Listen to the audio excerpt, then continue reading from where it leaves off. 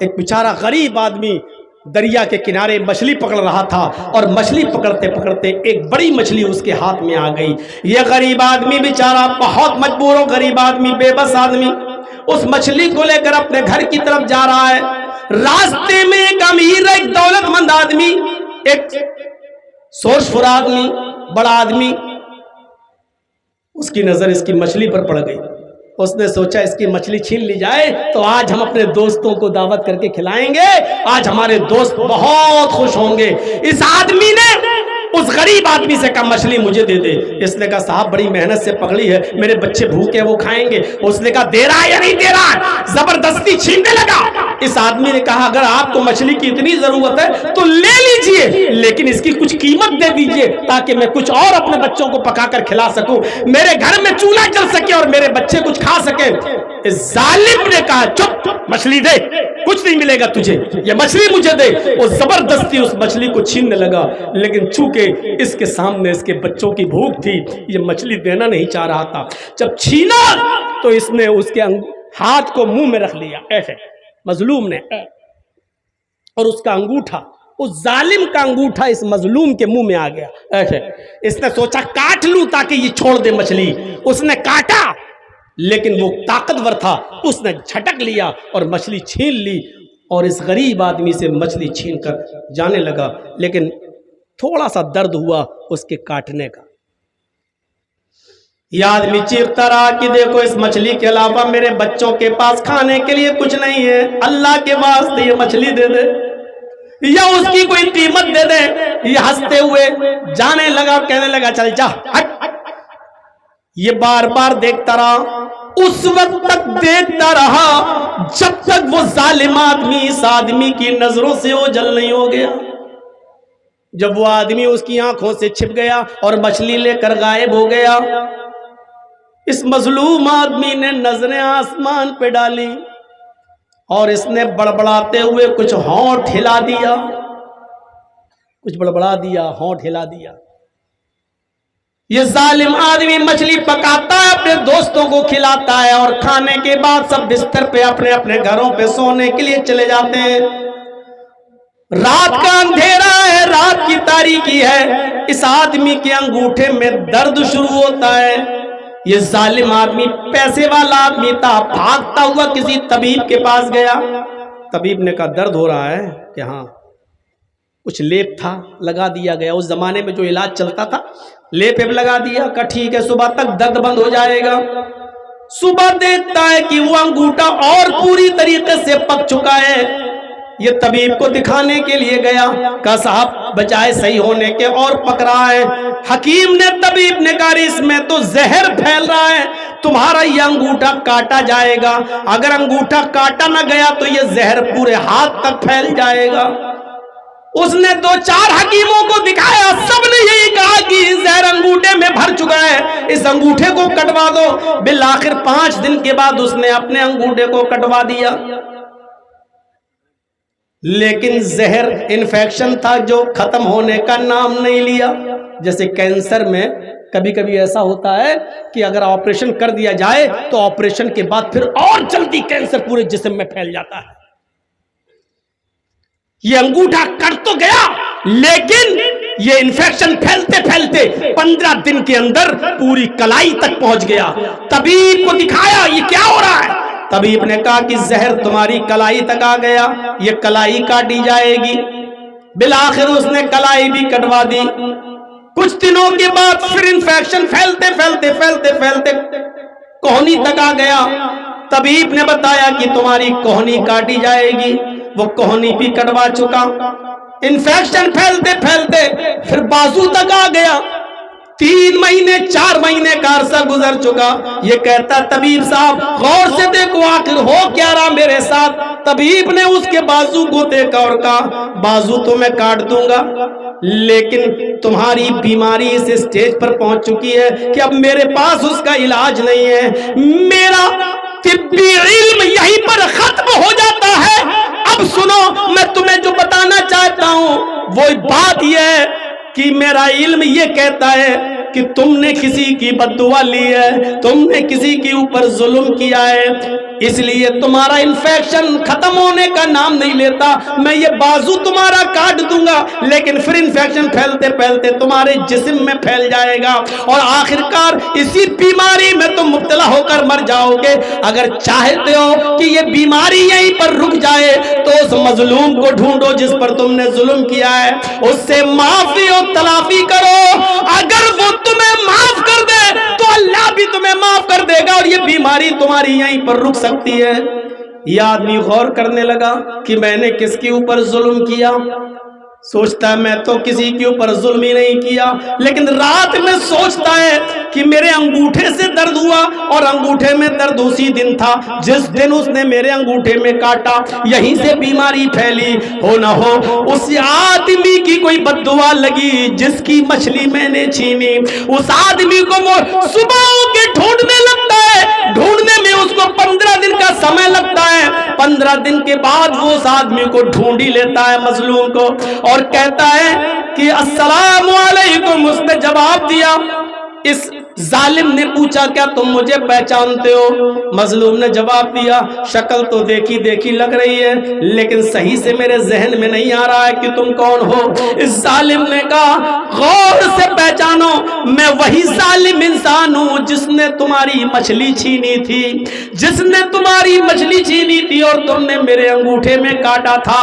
اسی انگوٹھے سے انفیکشن پھیلا, پہلے انگوٹھا کٹا پھر کلائی کٹی پھر میری کوہنی کٹی, اب انفیکشن بازو تک پھیل گیا. میں اس نتیجے پہ پہنچا اور حکیموں نے طبیبوں نے مجھے اس نتیجے پر پہنچا دیا کہ میں نے کسی مظلوم کی بد دعا لی ہے, میں نے تمہارے علاوہ کسی پر ظلم نہیں کیا تھا, اس لیے شاید تم نے مجھے کوئی بد دعا دی ہو, اس لیے میں تمہارے پاس معافی مانگنے آیا ہوں, ہو سکے تو تم مجھے معاف کر دو.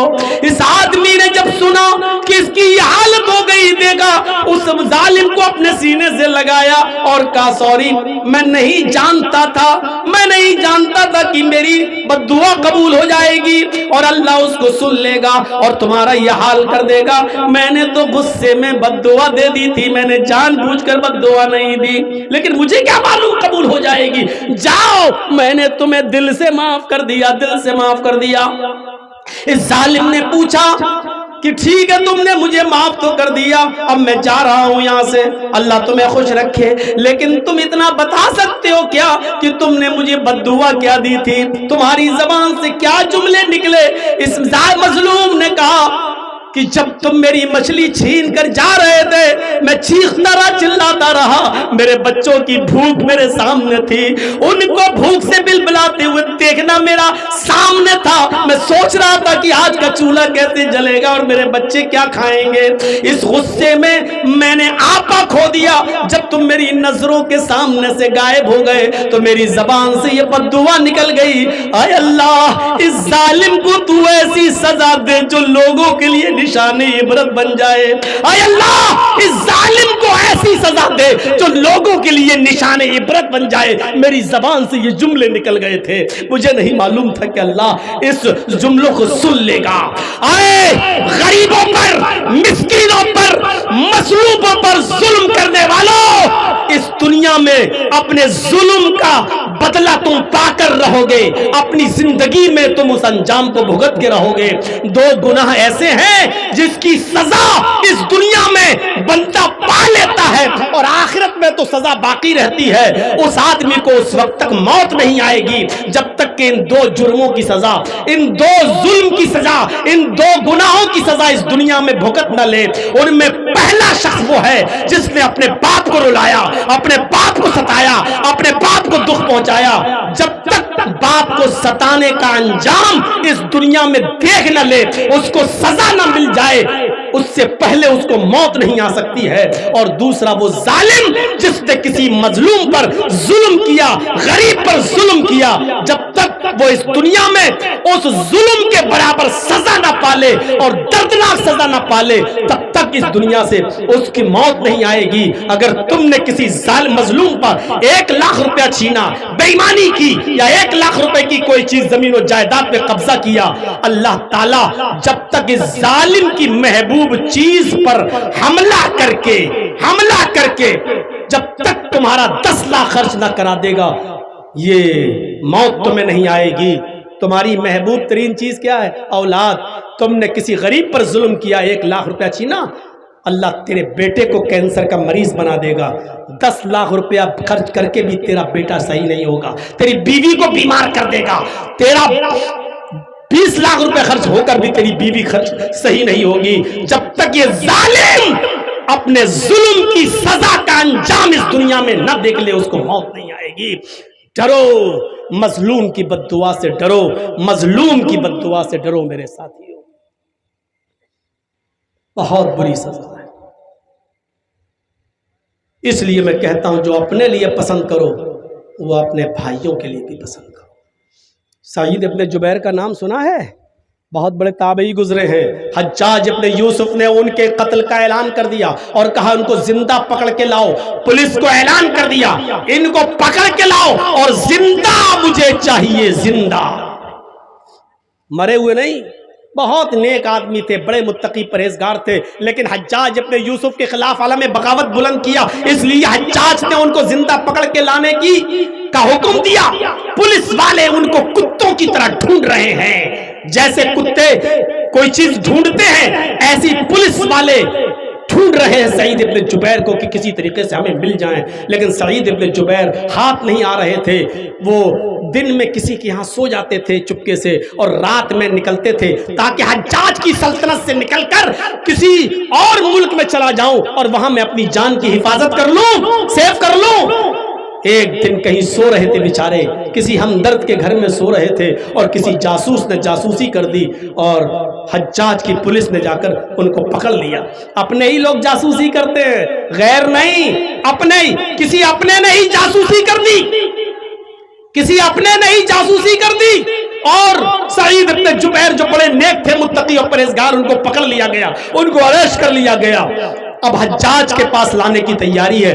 15 دن کا سفر ہے، حجاج تک ان کو پہنچایا جائے. 15 دن لگیں گے حجاج کے پاس جانے میں.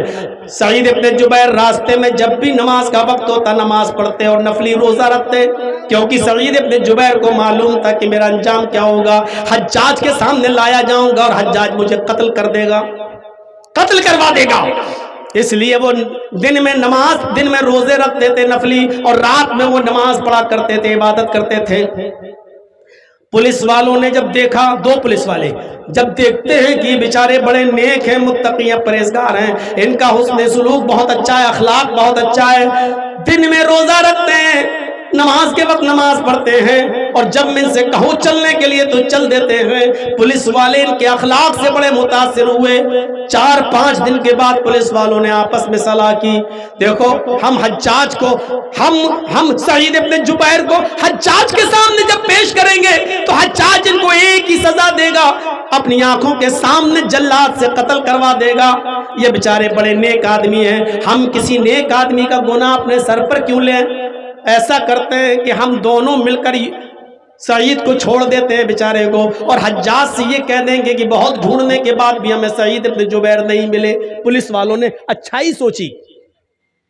سعید ابن جبیر سے کہا، دیکھو سعید، بہت رات ہو رہی ہے اور میں نہیں چاہتا ہوں کہ تمہیں حجاج کے پاس لے جاؤں اور حجاج تمہیں قتل کر دے. ایسا کرو، ہم تمہیں چھوڑ رہے ہیں، تم چپکے سے رات میں نکلو اور رات میں سفر کرنا اور دن میں کہیں چھپ جانا، پھر رات میں سفر کرنا. 2-3 راتوں کے بعد تم کسی دوسرے ملک میں چلے جاؤ گے، وہاں تمہاری جان بچ جائے گی اور تم حجاج کے ظلم سے اپنے آپ کو بچا لو گے. جاؤ، ہم تمہیں چھوڑ رہے ہیں. سعید ابن جبیر نے کہا، اللہ تمہیں خوش رکھے، آج تم نے میری بیوی کو بیوہ ہونے سے بچا لیا، میرے بچوں کو یتیم ہونے سے بچا لیا. جس طرح تم نے میرے اوپر رحم کیا، اللہ تمہارے اوپر بھی رحم کرے. سعید ابن جبیر چل دیے. کہا چلو اچھا ہوا تم نے مجھے چھوڑ دیا، جاؤ. سعید ابن جبیر جانے لگے.